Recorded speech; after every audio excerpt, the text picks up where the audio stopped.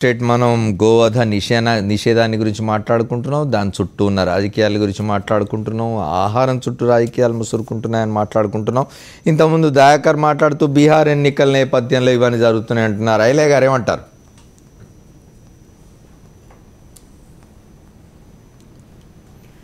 ఒకటి ఈ బీహారు ఎన్నికలు కానీ లేకపోతే మహారాష్ట్రలో వీళ్ళు కొత్తగా గోవధ చట్టము బీఫ్ బ్యాన్ మహారాష్ట్రలో లాను చాలా ఎక్స్పాండ్ చేశారు.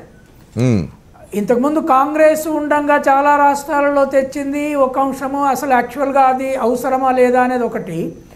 రెండవది గుజరాత్లో ఉన్న మోడలు, మధ్యప్రదేశ్ మోడలు, వీటినన్నిటినీ తర్వాత అక్కడి నుంచి ఇప్పుడు బీహార్ ఎన్నికల్లో నేరుగా ఇది లాలూ ప్రసాద్ ఒకసారి బీఫ్ తినడము, మా అక్క అన్నాడు, దాని తర్వాత డిబేటు లాజికల్ ఎండ్కు ఇంకో చోటికి పోతుంది. నేను అనేది ఏంటి అంటే ఎన్నికలకు మానవుల ఆహార సంస్కృతికి కనుక పొత్తుపెట్టి ఈ దేశంలో ఎన్నికలు నడిపితే చాలా పెద్ద ఊచకోత జరుగుతుంది. ఈ ఊచకోతలో ఎవరు బతుకుతారు ఎవరు చస్తారు అనేది కూడా చెప్పలేము. ఎందుకంటే సెంటిమెంటును దేని చుట్టైనా ఎవరైనా రెచ్చగొట్టవచ్చు.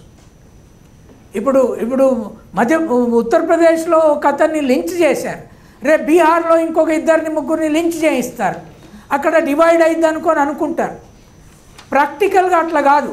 ఇప్పుడు బీజేపీకి, ఆర్ఎస్ఎస్కు, విశ్వ హిందూ పరిషత్కు గోవులను కనుక పెంచాలి వ్యవసాయ రంగంలో అనుకుంటే వాళ్ళు మొత్తం గ్రామాలకు పోయి ఆవుల ఫార్మ్స్ గ్రామాలలో పెట్టనియండి, పెద్ద ఎత్తున పెండను ఆవుల పెంపకాన్ని వాళ్ళే గడ్డేసి, దీంట్లో కొన్ని కులాలు అసలు గడ్డేయవు, వాటి జోలికి పోవు.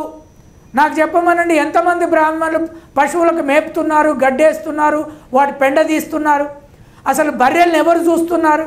వీళ్ళు పోయి చేయనియండి. గ్రామీణ ప్రాంతంలో లక్షల ఆవులను పెంచనియండి గ్రామీణ ప్రాంతంలో వాళ్ళు, అది వేరే పద్ధతి. కానీ దాన్ని రాజకీయం చేసి ఎన్నికల ఇష్యూ చేసి డెఫినెట్గా ఏం చేస్తున్నారు, ఇట్లయితే చీలుతుంది అని అనుకుంటున్నారు. కానీ అనుకుంటే ఒక్క ఎన్నికల్లో గెలుస్తారు, రేపు ముందు ఏమవుతుంది? It is going to be a bad plan. అది రక్తపాతానికి దారితీస్తుంది. వీళ్ళకి అర్థం కావట్లేదు. ఇది భారతదేశం ఒక్క సమస్య. అన్ని దేశాల్లో మన మిత్రుడు విష్ణు ఇందాక ఇచ్చినటువంటి నైతికతకు సంబంధించిన ఉదాహరణలన్నీ చాలా అసంబద్ధంగా అసందర్భంగా ఉన్నాయి. రక్త సంబంధాలు, వాటిలో వివాహాలకు సంబంధించిన ఆచారాలు రకరకాలుగా ఉన్నాయి. అవి కూడా కాలంతో పాటు మారుతున్నాయి, ఇంకా మారాల్సిన అవసరం ఉంది. కానీ నీతికి సంబంధించినటువంటి గుత్తాధిపత్యం ఎవరికి లేదు. సంఘ పరివార్ చెప్పిందే నీతి అని. సమాజం అంటే కూడా సమాజంలో చాలా దొంతర్లు ఉన్నాయి, సమాజంలో భిన్న మతాలు ఉన్నాయి. హిందూ మతంలో మళ్ళీ భిన్న దొంతర్లు, కింద కులాలు, బహుజనులు దాదాపు 70%. నేను రికార్డు కోసం చెప్తున్నాను. మను ధర్మశాస్త్రం ప్రకారం వెళ్తే కూడా మనవు చంపొద్దని చెప్పిన జంతువు ఒంటె తప్ప ఆవు కాదు. యజ్ఞవల్కుడు అనే మహర్షి మెత్తటి ఆవు మాంసం చాలా ఇష్టపడతాడని రాయబడింది. గార్హస్థ్య సూత్రాలు అంటే గృహధర్మంలో చెప్పినటువంటి వాటిలో అర్ఘ్యము, మధుపర్కంలో గోమాంసం తప్పనిసరిగా ఉండాలని ఉంది. ఇలా చెప్తూ పోతే ఇవన్నీ మారుతూ వస్తున్నాయి. వారే ఇందాక అన్నట్టుగా 18వ శతాబ్దంలో తంజావూరును పాలించిన ఘనశ్యామని ఆయన కూడా ఆ గోవు మాంసం గురించి ఒకే మాట నేను చెప్పదలుచుకుంది. దయానంద సరస్వతి ఆయన అన్నట్టుగా 19వ శతాబ్దంలోనే ఎప్పుడో దీన్ని తీసుకొని వచ్చాడు. అది దయానంద సరస్వతి ఇంకా చాలా తీసుకొచ్చాడు. ఆయన చెప్పిన చాలా వాటిని సంఘ పరివార్ బీజేపీ పాలించట్లా. ఇప్పుడు బీహార్ ఎన్నికల్లో నిజంగా ఇది ఉపయోగపడుతుందని వాళ్ళు అనుకుంటే అంతకంటే పొరపాటు ఉన్నది. బీహార్లో కింది కూడా తప్పనిసరిగా విష్ణు ఒక్క నిమిషం మీరు మాట్లాడదు. కానీ నేను మిమ్మల్ని అడగదలుచుకుంది ఏంటంటే, మనం ఇన్ని మాట్లాడుతున్నాం, మీరు గోవధ నిషేధాన్ని ఇంత అడ్వకేట్ చేస్తున్నారు కదా, నిజానికి ఈ దేశంలో గోశాలల మెయింటెనెన్స్ లేక, గోశాలలు పట్టించుకోక, వాటిలో ఉండే గోవులకు సరైన గడ్డి వేయక, గ్రాసం వేయక చాలా ఇదవుతున్న పరిస్థితి ఉన్నది. దేశంలో ఎవరు పట్టించుకుంటలేరు. మీరు ఎంతసేపు ఏదో గోవధ నిషేధం, గోవులు తీయడం వీళ్ళని మాట్లాడడం తప్ప వాటి మెయింటెనెన్స్కి ఎవరేం చేస్తున్నారు? ఏ ప్రభుత్వం ఏం చేస్తున్నారు?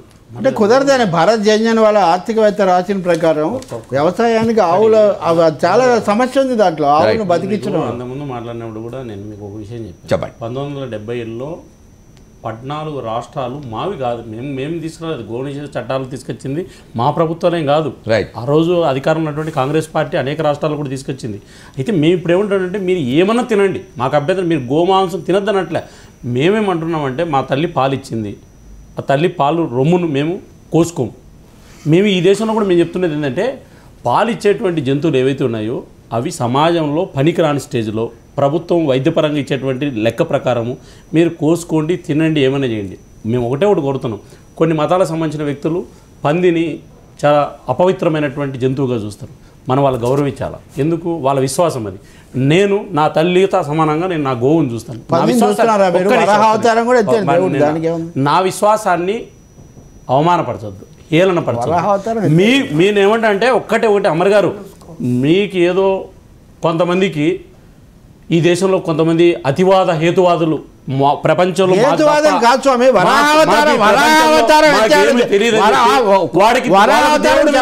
లేకపోతే వాళ్ళ వ్యక్తిగత వాళ్ళకి దేవుడి మీద లేకపోతే వాళ్ళకు ఇంకోటి మాట్లాడారు. హిందూ మతం అని చెప్పారు. ధర్మాన్ని మేము పాటిస్తాం. కాబట్టి ఎవరు పెంచుతారు? మీ వ్యక్తిగత పైత్యాన్ని దయచేసి సమాజం మీద రుద్దద్దు. హిందువులకు ముస్లింలకు తగాదాలు పెట్టద్దు. ఈ దేశంలో హిందువులు ఉండాల్సిందే, ముస్లింలు ఉండాల్సిందే, అందరూ ఉండాల్సిందే.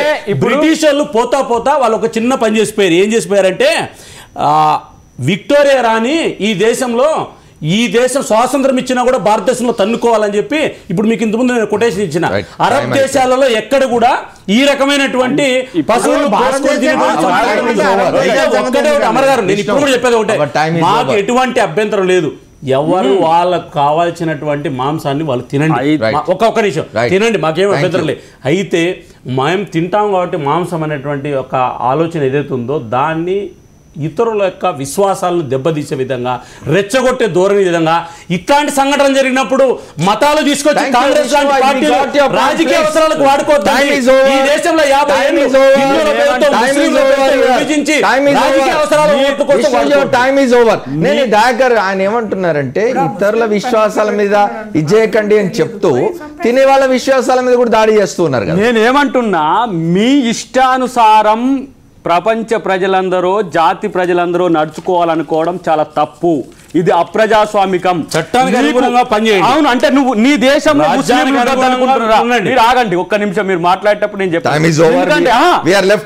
చెప్తున్నా ముస్లింలు ఈ దేశంలో ఉండొద్దు అనుకుంటున్నారా? మేమంటారు కాబట్టి ఈ దేశంలో ముస్లింలు ఉండొద్దు అనుకుంటున్నారా? ఈ దేశంలో ముస్లింలందరూ ఉండొద్దు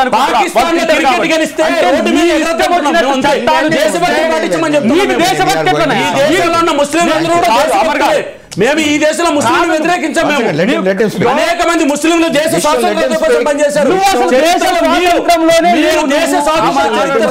మీరు తప్పుడు భాషలు చెప్పారు, నలుగురు రాశారు. కొన్ని కుటుంబాలు మాత్రం దేశం అనేక మంది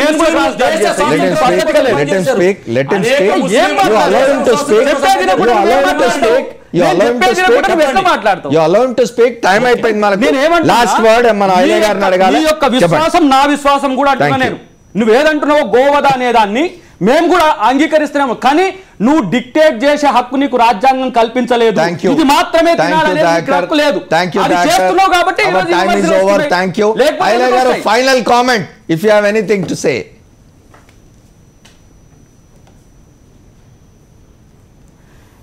అమర్, ఒక్కటే బీజేపీ నేషనల్ లెవెల్లో ఒక సీరియస్ నిర్ణయం తీసుకొని ఒక వ్యక్తిని లించ్ చేయడం అనేది ఏదైతే జరిగిందో వాళ్ళ ఇంట్లో పశు మాంసం ఉన్నది అని, దిస్ ఇస్ ద మోస్ట్ బీజేపీకి ఉత్తరప్రదేశ్ లో జరిగిన సంఘటనకు మీరే రకంగా లింకు కలుపుతారు. ఉత్తరప్రదేశ్ లో జరిగిన సంఘటన Jammu Kashmir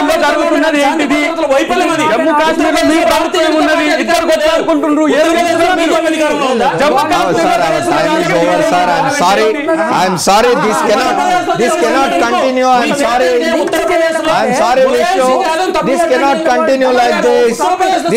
continue like this. Only one can speak. Yes. People have to hear. ఒక్క మాట ఫైనల్ అయిపోయింది. ఇదే చివరి మాట మీరు అంటున్నట్టుగా. ఒకటి, మనుషులను ఎట్టి పరిస్థితుల్లో కూడా చంపడము అనేది మంచిది కాదు, దాన్ని ఖండించాలి.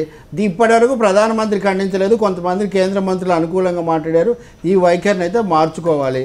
ఆయన ఇందాక చెప్పిన మత స్వేచ్ఛ ఎవరిది వాళ్ళకు వదిలేసాయి. థ్యాంక్ యూ రవి గారు, థ్యాంక్ యూ విష్ణువర్ధన్ రెడ్డి గారు, థ్యాంక్ యూ దయాకర్ గారు, అట్లాగే ఐలయ్య గారికి కూడా ప్రత్యేక కృతజ్ఞతలు ఇవాళ చర్చలో పాల్గొన్నందుకు. ఆహారం దగ్గర నుంచి విశ్వాసాలు అన్నిటి విషయంలో కూడా, మత విశ్వాసాల విషయంలో కానీ, ఆహారపు అలవాట్ల విషయంలో కానీ, ఇతరేతరంగా రాజకీయ విశ్వాసాల విషయంలో కానీ ఎవరి స్వేచ్ఛ వారికి ఉండాల్సిందే. అది కాదని చెప్పి ఎవరి మీద ఏది రుద్దదలుచుకున్నా కూడా సంక్షోభం తప్పనిసరి అవుతుంది. ఆ సంక్షోభం ముదిరినట్టయితే ఈ దేశానికి మంచిది కాదు. ఇది వాళ్ళ 4th ఎస్టేట్.